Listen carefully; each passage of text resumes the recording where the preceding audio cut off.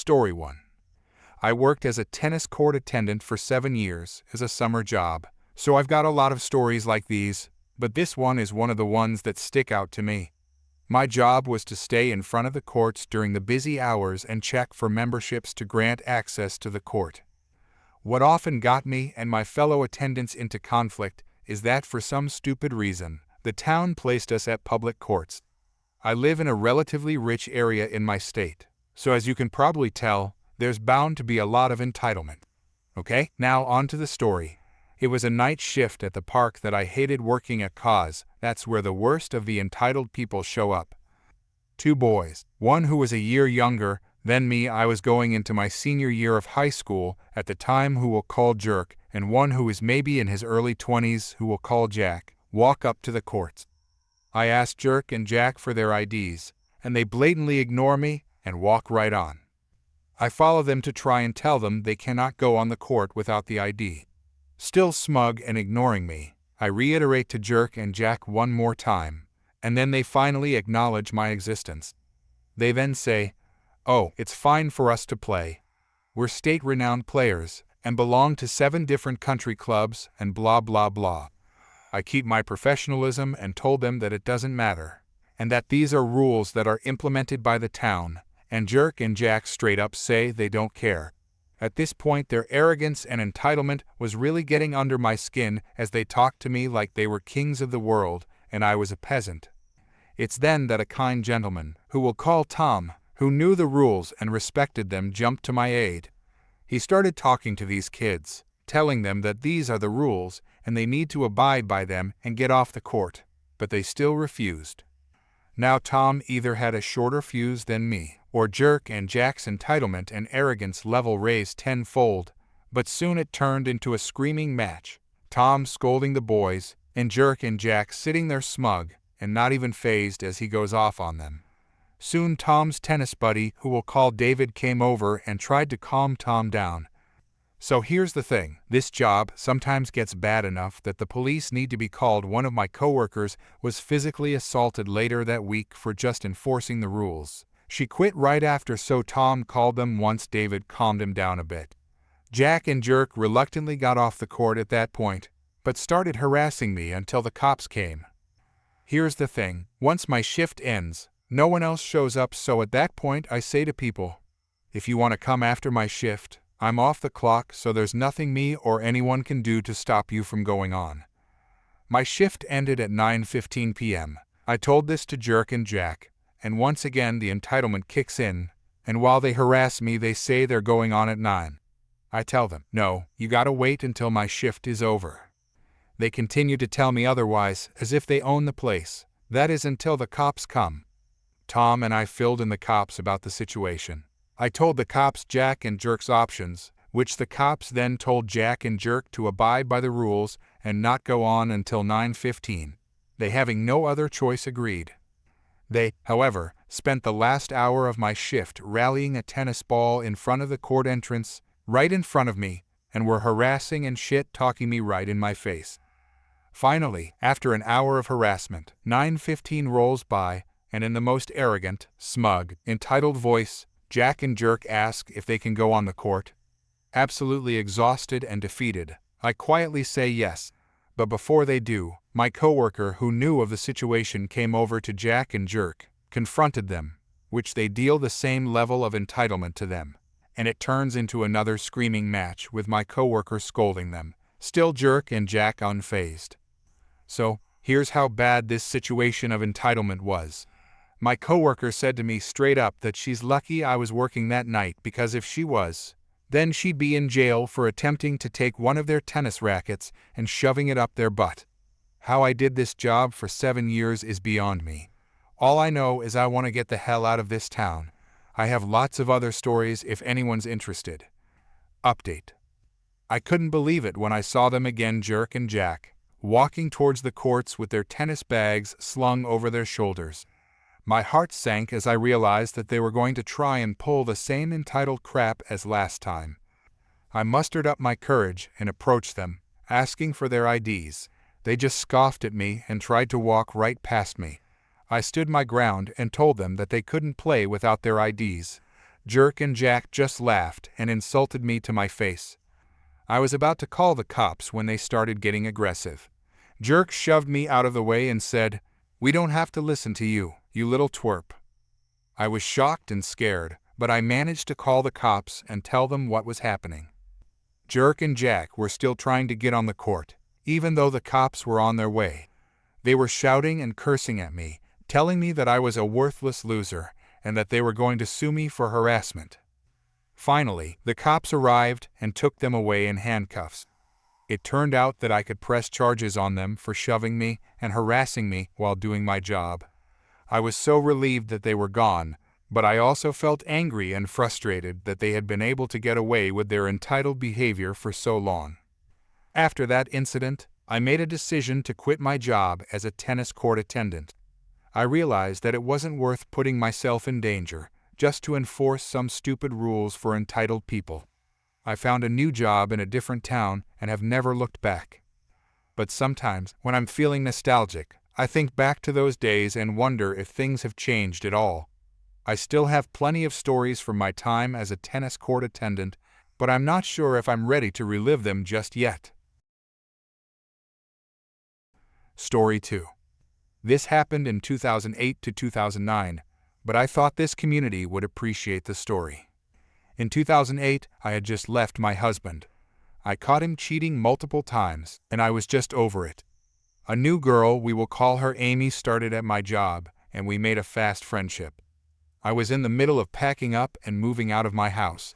I needed a roommate for a new apartment I was looking at because my wages weren't going to pay the bills. So we move in together and live peacefully together for a while. I was moving on with my life. I had gotten a better paying job, was spending time with my friends, and I felt okay with life at the time.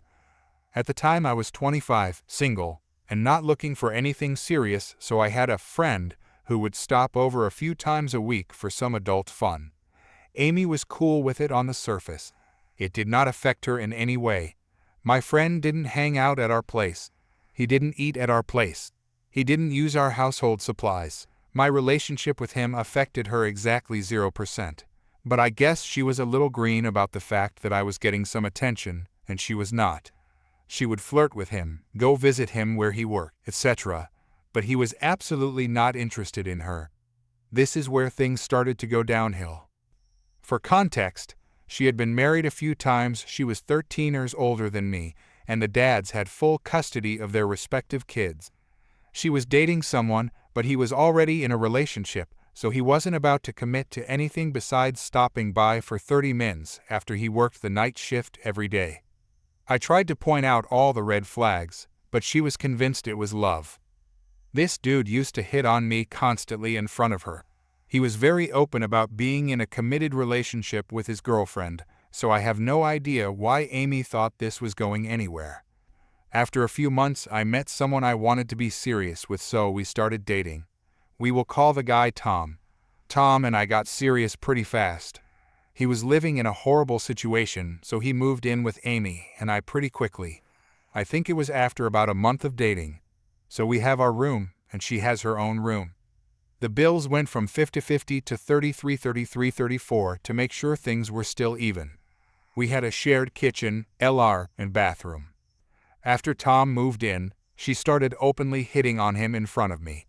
Every guy I had at my house, even just friends she had to hit on, none of them ever took her up on it.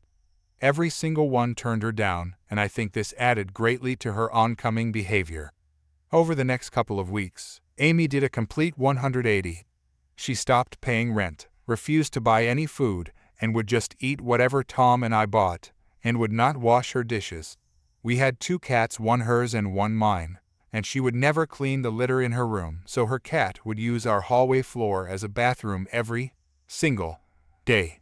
Every day when I got home from work, there was a big steaming pile of cat poo right inside my front door, sitting in the middle of a giant puddle of urine. My cat was locked in my room at night with her own supplies, so there was 0 chance it was her. It was the same thing every morning by the front door. Whenever she was done eating the food she stole from me, she would set her plate with the leftovers on the kitchen floor for her cat to pick at. She would leave the plate there for days. to the point that if I didn't pick them up, there would be multiple plates on the floor with food in various stages of decay. All of my dishes started going missing, except for the cat's plates, of course, and what dishes were left, she refused to wash ever. She used my toilet paper, my laundry soap, even my lady products. This went on for about 2 months, and it just kept getting progressively worse. She would use panty liners every day and would change them multiple times a day and stuff them in the garbage can in the bathroom. She would leave it there completely overflowing and spilling onto the floor for days until I caved and put on gloves and threw them out. The can would be full in about a week, so this happened a few times. That's not even the worst of it. My expensive DSLR went missing. I was a photography hobbyist at the time, but it was my dream to be a professional photographer and own my own photography business. I would shoot stuff for friends and family as practice, and one day I grabbed my camera bag from the shared living room, and as soon as I picked it up, I felt my heart sink into my stomach. You know that instant dread that grips you the second you realize something truly gut-wrenching has happened. I opened the bag, and of course the camera is gone.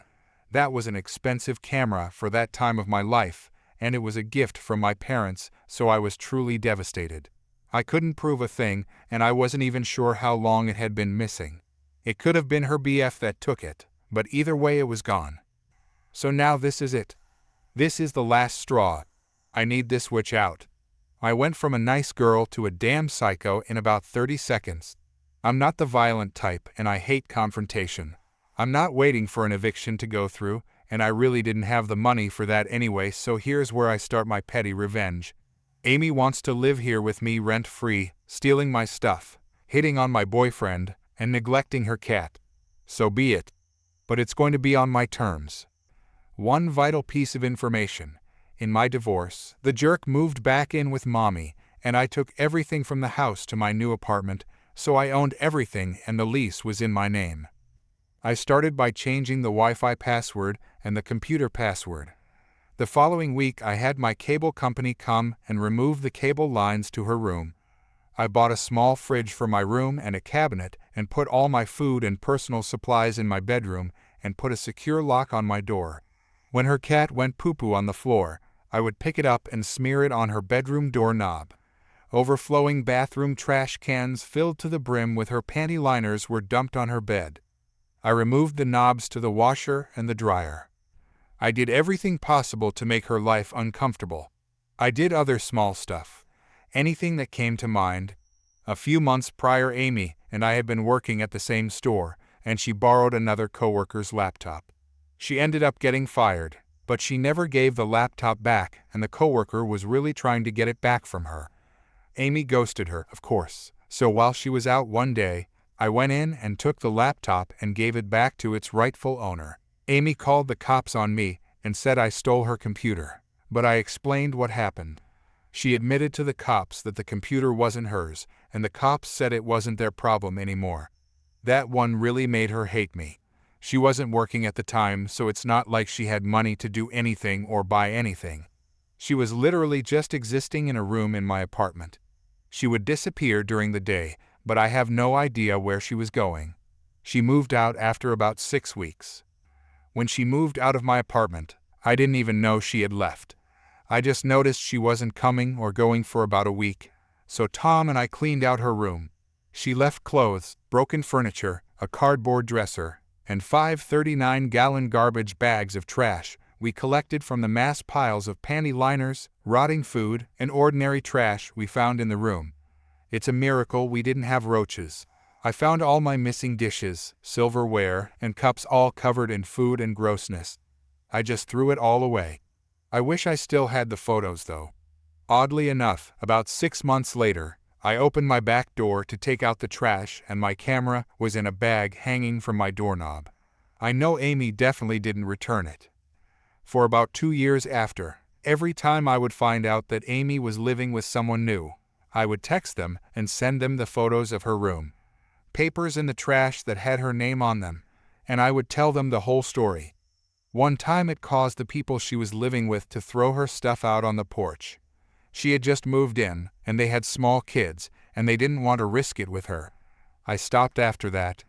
She knew it was me, so I figured I had sufficiently made my point.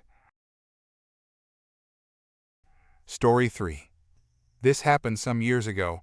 I'm in my 30s now, but back then I was 22. My sister was 18 and was my mom's golden child. My dad thankfully has a good head on his shoulders and always called my sister out on her nonsense. But my mom's interference always meant my sister got off easy anyway. This is what happened back then. My parents decided to take a vacation to ski in Aspen and let my sister watch the house for them. They told her no parties, but that was a rule she straight up ignored. A day after our parents left, my sister started sending out invites to a party, and she was promising free alcohol. I didn't see that post just yet, but my sister called me and asked me to go get alcohol for her party, because I was over 21 and could legally buy it. She also wanted me to pay for it, and said she'd invite me to the party and introduce me to an easy girl in order to pay me back. I told her that I wasn't going to break the law to make her happy. She should never have told people her party would have alcohol. She screamed at me over the phone that I was ruining her life, and that she couldn't take back the invites now that they were all over her FB. I looked at her post and face-palmed. I told her that what she did was really stupid, and she and her friends were all underage. So it's illegal. She tried to say it'd only be illegal if I narked on them. I said I wouldn't narc, but I wasn't going to buy her booze either. She screamed at me some more, so I hung up the phone. Well, that night my sister had the party, and someone called the police for underage drinking. After being arrested and confronted by police later on, my sister threw me under the bus and said that I'd supplied the alcohol she was using. Turns out she actually broke into Dad's liquor cabinet and thought it'd be better to frame me for her crime. Police came and arrested me at my apartment the day after the party. They seemed already convinced I was guilty and didn't really listen to me when I said I was never there, but I willingly cooperated with them. At the station I told them the whole story and got them to look at my sister's FB post. Thankfully there were a few people there who listened to me, but I still had to sit the night out in a cell while my parents were called. My mom and dad flew back home overnight and bailed out both my sister and I. But my mom tried to make my dad leave me in jail because my sister had told them her lies as well. But my dad took the time to talk to me and look at my sister's FB, so he believed me. This caused a fight between him and my mom. When they got home, my dad discovered my sister had broken into his liquor cabinet and spoke to police on my behalf. My mom, however, still wanted the blame to fall on me because, as she put it, the charges were ruining her baby's future. But my innocence was further proven by the fact that I and my car were seen on CCTV when I left work. And when I arrived at home soon after, as the apartment I was living in then had CCTV cameras to watch the parking lot. My car did not move from there for the rest of the day and night. In my sister's story to the police, I had driven out and gotten the alcohol for her. But I wasn't seen on CCTV in any liquor store in the county, and my bank account showed no transactions buying alcohol. My parents' house also had a camera at the front door, and my car was never seen in the driveway that day. After being confronted with those facts, my sister's story changed to saying I already had the alcohol and gave it to her at my apartment. But my sister's car had never showed up at my apartment either, and there were like 3 cheap beers in my apartment fridge and no hard alcohol. My sister finally had to give up on her lies, and my parents were severely disappointed in her. But my mom still tried to convince me to take the fall for my sister. She came to my apartment and actually demanded that I tell the police that it was all my fault. I said I wasn't going to ruin my future for my sister. She refused to leave and went from demanding to begging. She even got on her knees and tried to convince me that she and my dad would make everything okay in the long run if I just took the blame now. I said I'd rather live my life poor than have that felony on my record. She threw a huge fit and started throwing things because I refused to do as she wanted. I threatened to call the police, and she left my apartment cussing me out like a mad woman. I've never heard so many F-bombs out of her before or since, but she kept them up all the way to her car and followed it up with saying she should have aborted me before driving off. I called my dad right away and told him everything that happened. He was insanely pissed and got in a huge fight with my mom as soon as she got home. She didn't even deny anything she said or did, because she deemed it would have been for the greater good of their daughter. But my dad told her that she couldn't destroy me to save my sister. Then he threatened to divorce her if she didn't try to make things right. She ended up sobbing and then saying she'd do whatever he wanted. My dad said that it was couples and family counseling, or it was divorce. My mom signed a prenup before she married him, and really had no choice. In the family counseling, I called her out on how she always believed my sister's lies. My sister tried to say they were not lies, but each one I pointed out from over the years said otherwise. I'd taken the time to write a list of all the ones I could remember from the past decade that had all been proven she lied, and my mom and sister were forced to stay silent as I read them all. They tried to interject repeatedly, but my dad and the counselor silenced them. My sister, now proven beyond a doubt to be a liar and a manipulator, just shut down and refused to say anything more to the counselor, and my mom finally apologized to me. But it was obviously a forced apology because she looked so uncomfortable doing it. I told her that her apology was very fake, and after so many years of favoritism, the damage was already done. My relationship with her never really recovered, because she was convinced I was guilty no matter what was said until my sister admitted the truth, and then wanted me to pretend to be the guilty one anyway to protect her favorite child. But nothing went her way, so she just went back to crying about it. When my sister went to court, my mom pleaded with the judge to go easy on my sister for the charges of underage drinking and giving other underage people alcohol, as well as attempting to frame me for her crime. She also resisted arrest when the police came and shut down the party. She was very drunk when it happened. They kept her in a cell overnight to sober up, and then she told police I'd been the one to provide the alcohol. My mom's begging, along with the relentless lawyer my parents hired, got the judge to cut a deal, provided my sister plead guilty, which she did not want to do.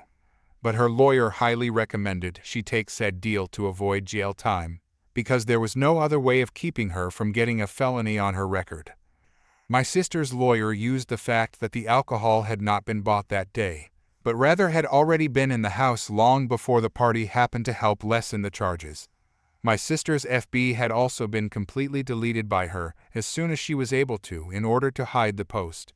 The judge just wanted the case over with, so my sister got off with a huge fine that our mom paid most of out of her own pocket, and a couple years probation.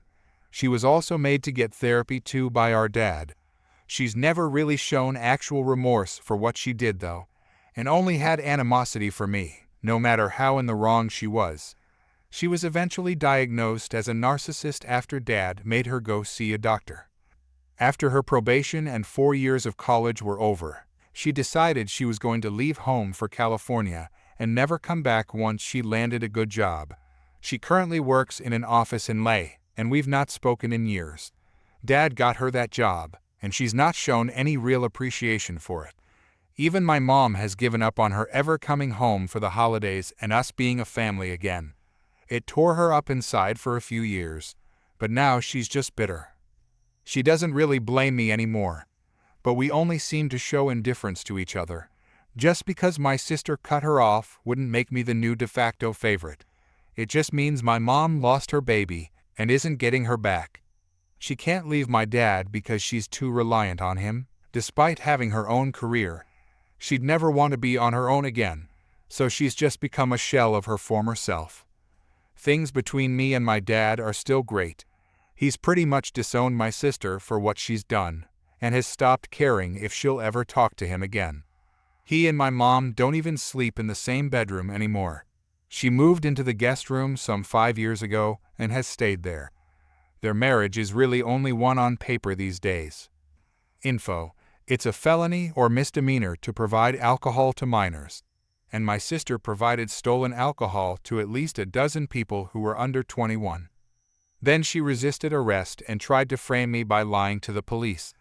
The fact that she got off easy thanks to the shark-toothed lawyer my parents hired for my sister was incredibly lucky. Not that she was ever appreciative. The judge hit her with a fine for each person she gave alcohol to, which added up. And with the cost of the lawyer, well, my parents were out a lot of money. Story 4. I work in an office, managing finances for a European company. There's a particularly unpleasant colleague in our team, a single woman nearing her 50s who seems to think it's her life's mission to judge everyone around her. She criticizes everything: how people do their jobs, their personal choices, their personalities, and even their clothing.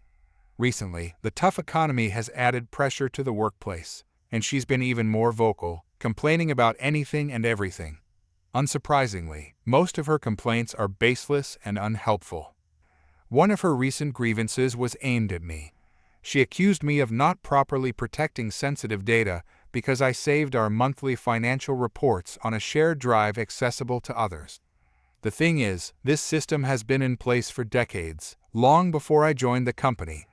No one ever had an issue with it, especially considering that sensitive data often gets printed out and stuck on office walls anyway.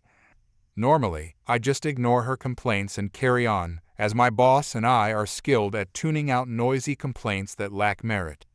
However, this time, I decided to handle things differently with a touch of malicious compliance. I implemented her suggestion with gusto, setting unique passwords for every file containing even the slightest bit of sensitive data. Now, she has to keep track of all these passwords to access the information she needs. But that's not all. I took things a step further. My boss and I reviewed the data she routinely accessed and decided that some of it, particularly budget information for her operating expenses, was no longer appropriate for her to see.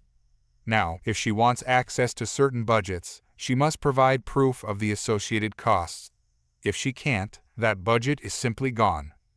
Needless to say, this has made her job significantly more complicated. She has to juggle a mountain of passwords just to do her daily tasks.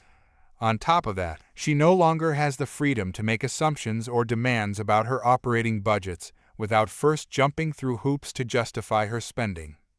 The best part: this approach has been fully backed by my boss, who agreed that this was a reasonable response to her unfounded complaint. While she continues to judge everyone else, she's now bogged down in the very rules she insisted on imposing. Sometimes, the best revenge is simply giving people exactly what they ask for, just with a little extra flair. Story 5. This might not be the most dramatic tale of revenge, but it brings me some satisfaction, and it's still playing out. I work in the outbound shipping department of a factory and have been on swing shift for nearly 9 years. I've always loved swing shift. It's cooler in the summer once the sun goes down, and the slower pace in winter allows for extra projects that keep everything running smoothly. My core responsibilities are straightforward: load trucks, which takes about 10 minutes per truck, clean up any messes I make rare after so much experience, and store daily material samples. About 6 months ago, our new boss began discussing a shift schedule change, moving from 5 8-hour shifts to 4 10-hour shifts. This idea had been floating around for years, but now it seemed imminent. All 3 shifts were set to change, and we were called into the boss's office over the summer for a vote. The vote, we were told, had to be unanimous. Our swing shift currently runs from 3 p.m. to 11 p.m. I've been working this schedule for nearly a decade and have adjusted my life around it, including a 1 a.m. bedtime since I live an hour away from work. The proposed new hours were 3 p.m. to 1 a.m., with truck loading still ending at 10:30 p.m., a pointless gap. We discussed this with the boss and offered a compromise. We'd vote yes if the hours were adjusted to 2 p.m. to midnight. The boss agreed, and we cast our votes. Fast forward to August 30th, when it was time to pick schedules by seniority. My team and I chose swing shift as planned. A younger coworker even opted to stay on swing shift instead of moving to day shift, specifically because of the agreed-upon hours and his preference for Fridays off. Before finalizing, we double-checked with the boss to confirm the 2 p.m. to midnight schedule. That's when we were blindsided. No, the swing shift hours will be 3 p.m. to 1 a.m., with truck loading ending at 10:30, he said. We confronted him the next day, and he tried to deflect, claiming someone in the office had changed the schedule. Weeks later, under more pressure, he admitted it was his decision all along, though his reasoning remained vague and unconvincing. Here's where my petty revenge kicks in. Over the years, I've taken on a significant amount of extra work tasks that aren't part of my official job description, but kept the facility running smoothly. I swept all 3 floors of the truck loading area, which gets filthy due to powdered aggregate, managed customer lists and stocking orders in our billing program, and handled preventative maintenance on sump pumps and other equipment. I even took it upon myself to return stray tools to the tool cage when coworkers left them lying around. Since the boss decided to override our vote and change the schedule, I've stopped doing all of it. The result? The facility is falling into disarray. Piles of material are accumulating everywhere, and the office has a layer of dust half an inch thick on the floors and surfaces. Tools are scattered and impossible to find because no one bothers to put them away. Even though I'm no longer performing maintenance, I still check the equipment occasionally, and their decline is becoming painfully apparent. Most of the machines are decades old, some nearing 70 years, and without regular care, they're starting to break down. Over Christmas weekend, one of the older buildings even flooded. While I can't directly attribute the broken pipe to my absence, I probably would have caught it early if I were still checking pumps and heaters on Fridays. I've also cleaned out my locker, taking all my personal tools and any tools passed down to me by former coworkers.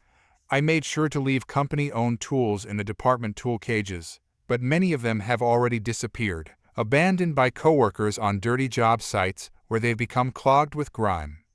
The messes are building, and the facility is becoming a disaster zone. While I hate to see the equipment suffer, I take a certain satisfaction in watching the consequences of the boss's decision unfold. It's still a work in progress, and I'm not sure if I'll stick around to see how bad things get. One thing's for sure, if they thought breaking their word would have no consequences, they were sorely mistaken.